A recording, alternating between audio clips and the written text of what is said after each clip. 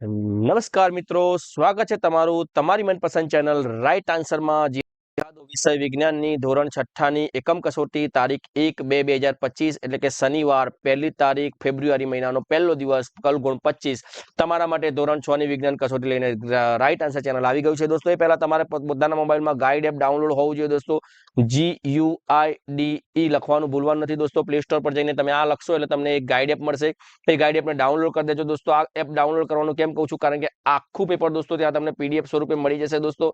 અને આમાં કેટલાક જવાબો લાંબા છે, જે હું કદાચ ના આપી શકું તો જવાબ પણ તમને ત્યાં મળી જશે. ચાલો ત્યારે આપણે ચેનલને સબસ્ક્રાઇબ કરીને વિડીયોને લાઈક કરીને કમેન્ટ કરવાનું ભૂલવાનું નથી દોસ્તો. કમેન્ટમાં શું કરવાનું છે, તો જો પણ મિત્રોએ ગાઈડ એપ ડાઉનલોડ કરેલી છે એ લોકોએ યસ સર લખવાનું ભૂલવાનું નથી. ચાલો દોસ્તો, આ યસ સર લખશો એટલે મને ખબર પડશે કે મારા કેટલા વિદ્યાર્થીઓના જોડે ગાઈડ એપ છે. ચાલો ત્યારે જોઈએ પ્રશ્ન નંબર 1 તરફ દોસ્તો. યોગ્ય વિકલ્પ પસંદ કરી ખાલી જગ્યા જવાબ આપો. તમારે પુસ્તકની ચોક્કસ લંબાઈ માપવું છે તો તમે નીચે પૈકી માપનની કઈ પદ્ધતિનો ઉપયોગ કરશો, તો એમાં જવાબ આપશે માપપટ્ટી વડે માપન કરીશું દોસ્તો. ભરત ઇલેક્ટ્રિશિયન છે તો નીચેની પૈકી કઈ કાળજી રાખશે, તો તે શું કાળજી રાખશે, તો તે વિદ્યુત ઉપકરણ રિપેરિંગ કરે દરમિયાન પ્લાસ્ટિક કે રબરના આવરણ ચડાવેલ સાધનો વાપરશે. આકાશ સૂર્યગ્રહણ જોવું હોય તો નીચેના પૈકી કયું સાધન વાપરશે, તો તે પિન હોલ કેમેરા વાપરશે દોસ્તો. સૂર્ય દિવાલ પર પ્રકાશનો ચાંદો પાડો છે તો નીચેનામાંની કઈ વસ્તુની જરૂર પડશે, તો ચોથામાં દોસ્તો ટોર્ચ અને અરીસાની જરૂર પડશે. પાંચમાની વાત કરીએ દોસ્તો. વિજયનો મિત્ર 20 તાર સાથે ચોંટી જાય છે, વિજયના મિત્રને બચાવવા નીચેનામાંની કઈ પ્રવૃત્તિ વાપરશે, તો પાંચમાની અંદર દોસ્તો સૂકી લાકડી વાપરશે. રોહને વૃક્ષની એ આવશે જવાબ. રોહને વૃક્ષની જાડાઈ માપવી છે તો નીચેના પૈકી શાનો ઉપયોગ કરો તો વધુ યોગ્ય રહેશે. છઠ્ઠા નંબરમાં દોસ્તો ડી જવાબ આપશે મેજર ટેપ. વિનોદે એવું બોક્સ બનાવવું છે કે જેમાંથી મૂકેલી વસ્તુઓ બહારથી સ્પષ્ટ જોઈ શકાય, તો નીચેના પૈકી કયા પ્રકારના પદાર્થનો ઉપયોગ બોક્સ બનાવવા માટે કરવો પડશે, તો સાતમાની અંદર દોસ્તો પારદર્શક પદાર્થ આવશે. બી જવાબ આવશે.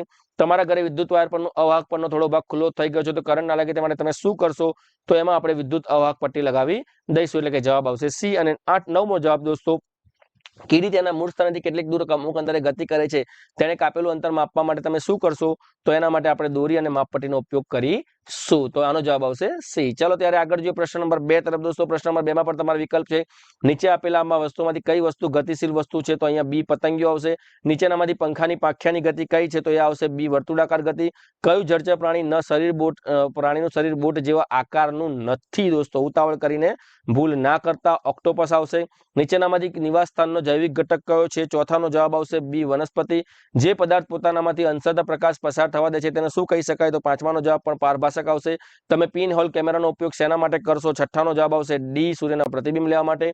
લજામણીના છોડની ડાળીને રખતે તેના પણ બીડાઈ જાય તો સજીવનો કયો ગુણધર્મ છે દોસ્તો, તો એ ગુણધર્મ છે 7મા નંબરમાં જવાબ આવશે આપણો સી ઉત્તેજનાને પ્રતિચાર આપે છે. નીચેનામાંથી કયો પદાર્થ પ્રકાશિત નથી, તો 8માનો જવાબ આવશે ડી કાચ. નીચેનામાંથી કોણ વિદ્યુતના વહન માટે જવાબદાર છે, તો 9માનો જવાબ આવશે વિદ્યુત કોષ. ચલો ત્યારે પ્રશ્ન નંબર 2 બ તરફ જઈએ દોસ્તો. નીચે આપેલા ગુણધર્મોને સજીવોના ગુણધર્મોને જુદા પાડો, તો પહેલામાં આવશે અહીંયા શું કરવાનું છે, તમારે સજીવોના ગુણધર્મો રચના અને કાર્યના આધારે જુદા પાડવાના છે. ચલો એમાં આપણે નીચેના ગુણધર્મોને સજીવોના ગુણધર્મોને જુદા પાડવાના છે, તો સજીવોના ગુણધર્મો તે શ્વસન કરે છે અને તે ખોરાક લે છે. આ બે સજીવોના ગુણધર્મ થયા. બીજામાં નીચે આપેલા નિવાસસ્થાનોમાંથી જલીય નિવાસસ્થાનોની લાક્ષણિકતા જુદી પાડો, તો એમાં આવશે તે વનસ્પતિના પર્ણ પર તરી શકે છે, વનસ્પતિના પ્રકારના ઝાડા અને મીણયુક્ત સ્તરથી આવૃત છે. ચલો જલીય નિવાસસ્થાનો લાક્ષણિકતા. ત્રીજામાં શું કહે છે, વિદ્યુતના સુવાહક અને અવાહકમાં આપણે વર્ગીકરણ કરવાનું છે, તો પદાર્થને પોતાનામાંથી વિદ્યુત પસાર થવા દેતું નથી, તો આ આવશે અવાહક. પદાર્થ પોતાનામાંથી વિદ્યુત પસાર થવા દે છે, તો આ આવશે વિદ્યુતનું સુવાહક. બરાબર. પદાર્થના વાહક પરીક્ષક ટેસ્ટમાં જોડતો પ્રકાશિત થાય છે, તો આ પણ આવશે સુવાહક. અને પદાર્થના વાહક જોતો નથી, તો આમાં આવશે અવાહક. ચલો ત્યારે આ રીતે આપણે આનું વર્ગીકરણ કરી દીધું. નીચેના પ્રશ્નોના પ્રશ્ન નંબર 3માં જો શું છે, કોઈ વનસ્પતિના રણ પ્રદેશ છે તો તમે કેવી રીતે નક્કી કરશો, તો એના માટે પર્ણનું કાંટામાં રૂપાંતર થયેલ હોય, એ જવાબ આવશે. બીજામાં આવશે જવાબ કોઈ પણ પદાર્થ નિર્જીવ છે તે કઈ રીતે નક્કી કરશો, તો બીજામાં તેની સંવેદનશીલતા, પોતાનો સજીવ ઉત્પન્ન કરે છે કે નહીં વગેરે ગુણધર્મો જાણવા પ્રયત્ન કરીશું. કોઈ પણ વસ્તુની લંબાઈનું સાચું માપન તમે કઈ રીતે કરશો, તો ત્રીજાની અંદર જવાબ આવશે સી માપપટ્ટીના વસ્તુને સંપર્કમાં રાખીને બિંદુની બરાબર. ચોથા નંબરનો જવાબ આવશે સી આવશે. વનસ્પતિના પ્રકાર લાંબા, પોલા અને હલકા હોય છે. 5મા નંબરનો જવાબ આવશે દોસ્તો બી વિદ્યુત ટેસ્ટરનો ઉપયોગ કરીને. 6ઠ્ઠા નંબરમાં જવાબ આવશે બી પદાર્થની આરપાર બિલકુલ ન જોઈ શકાય. 7મામાં પ્રકાશની ઉત્તેજના પ્રતિચાર નક્કી કરવા માટે શું કરીશું, તો 7માનો જવાબ આવશે સી. ઘરની બારીમાંથી પ્રકાશ આવતો હોય તો રૂમમાં કુંડામાં ઉગેલ છોડ મૂકીને. બરાબર. નીચેનામાંની કઈ લાક્ષણિકતા કે પદાર્થ પારદર્શક છે, 8મામાં આવશે પદાર્થની આરપાર સ્પષ્ટ જોઈ શકાય છે. કોઈ પદાર્થ વિદ્યુતનો અવાહક છે, તમે કઈ રીતે નક્કી કરશો? તો વિદ્યુતનો અવાહક છે એ નક્કી કરવા માટે આપણે પદાર્થની નજીક વિદ્યુત પરિપથમાં બે તાર વચ્ચે પદાર્થ મૂકીને નક્કી કરીશું. ચલો પ્રશ્ન નંબર 3 મેં તમને કહેલું કે તમારે ગાઈડ એપની જરૂર પડશે દોસ્તો. જે પણ મિત્રો ડાઉનલોડ ના કરી લો, એના લાંબા જવાબો છે, આકૃતિ સાથેના છે. આપણે એપ્લિકેશનમાં આ જવાબો તમને મળી જશે. ત્યાં તમે એકમ કસોટીના વિભાગમાં આજનું પેપર ખોલશો તો તમને નીચે જવાબ મળી જશે. ચલો પ્રશ્ન નંબર 4 આની વાત કરીએ. નીચેનામાંથી પારભાષક પદાર્થ, તો પહેલામાં આવશે બી જવાબ દુધ્યોકાચ. વસ્તુનું ઉદાહરણ તો ડી જવાબ આવશે દોસ્તો. ત્રીજા પ્રશ્નની વાત કરીએ આપણે. ત્રીજામાં આવશે સી જવાબ ચામડી જાડી. ચોથામાં આવશે ડી જવાબ શ્વસન કરતા નથી. પાંચમામાં દોસ્તો કયું વિધાન સાચું છે? તો પાંચમાની અંદર આવશે સી. છઠ્ઠામાં વર્તુળાકાર ન હોઈ શકે ક્યારે પડછાયો, તો છઠ્ઠાનો જવાબ બૂટનું ખોખું. નીચેના પૈકી પડછાયો માટે શું સાચું છે? તો સાતમાનો જવાબ આવશે ડી, તો હંમેશા કાળો રંગનો હોય છે.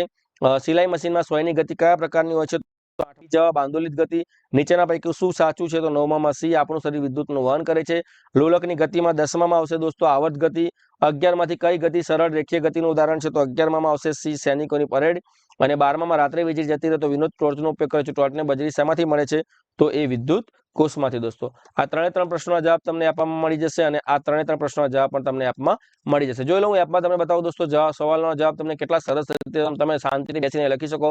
વિડીયોને સ્ટોપ ના કરવું પડે. પીડીએફ સ્વરૂપ છે, તમે તમારી મનમોજથી તમારી અનુકૂળતાથી લખી શકો. એવી રીતે સરસ મજાના દોસ્તો જવાબો તમને આ રીતે આપેલા છે. તો સૌ મિત્રોને આ વિડીયો કેવો લાગ્યો કમેન્ટ બોક્સમાં ખાસ જણાવવાનું છે.